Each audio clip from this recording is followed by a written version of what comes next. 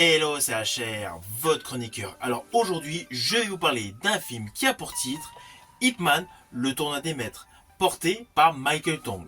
Alors l'histoire de ce film est très simple.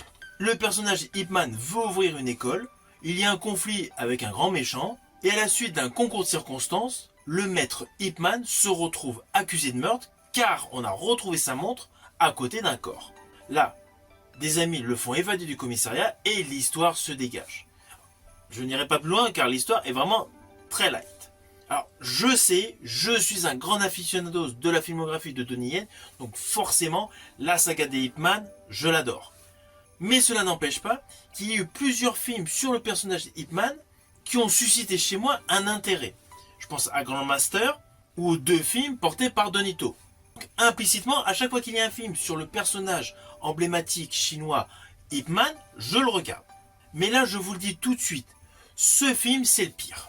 Il est totalement décevant. Alors oui, les chorégraphies sont plutôt bien foutues. Michael Tong essaye de jouer correctement. En plus, le réalisateur a voulu faire des effets de style, un peu comme dans Grandmaster, avec les pas sur des flaques d'eau au moment où il y a de la pluie. Donc ça, cette petite séquence, elle est plutôt bien faite. Mais voilà, toute l'histoire autour de quelques belles séquences est trop light. Le scénario est très prévisible et le rythme est totalement décousu et inégal.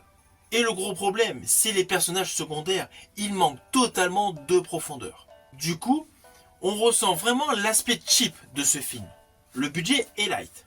Et le gros problème, si vous avez en tête les performances de Donnie Yen dans le personnage d'Ip Man, eh bien ce film va prendre vraiment un coup. Pour essayer qu'il devienne acceptable, faut regarder le diptyque porté par Donito. Mais ceci dit, le diptyque avec Donito est 100 fois meilleur. Là, malheureusement, il y a un vrai manque de tension dramatique et ce film, du coup, va décevoir tous les aficionados de Wing Chun et de Kung Fu. Alors oui, il y a des combats qui sont plutôt bien faits, des combats groupés et surtout le grand duel final avec une mise en scène assez particulière quand même parce que bon, le méchant il avoue tout de suite, enfin bon bref. Voilà, la scène finale en termes de combat est la réussite du film. Mais le problème avec un titre comme cela, Ip Man, le tournoi des maîtres, on s'attend à un must et ce n'est pas le cas. Je pense même le petit film où j'avais fait d'ailleurs une vidéo, donc Ip Man, la naissance d'un maître, celui-ci qui était voilà un tout petit budget, ça se passait dans une école, etc. Mais n'empêche que le film est meilleur. Sincèrement, sur tous les films Ip Man que j'ai commentés sur ma chaîne YouTube, celui-ci est le moins bon. Naturellement, ce n'est pas du tout un film que je vous invite à découvrir. Là, le problème, selon moi, c'est la production. La production a voulu jouer sur le titre Ip Man pour tout simplement engranger des recettes. Mais malheureusement, toute la structure narrative de ce film n'a pas été assez édulcorée. Et je rajouterais, il y a un personnage féminin, alors elle joue très bien, la jeune actrice, mais en fait, on ne comprend pas vraiment l'intérêt, surtout avec le final.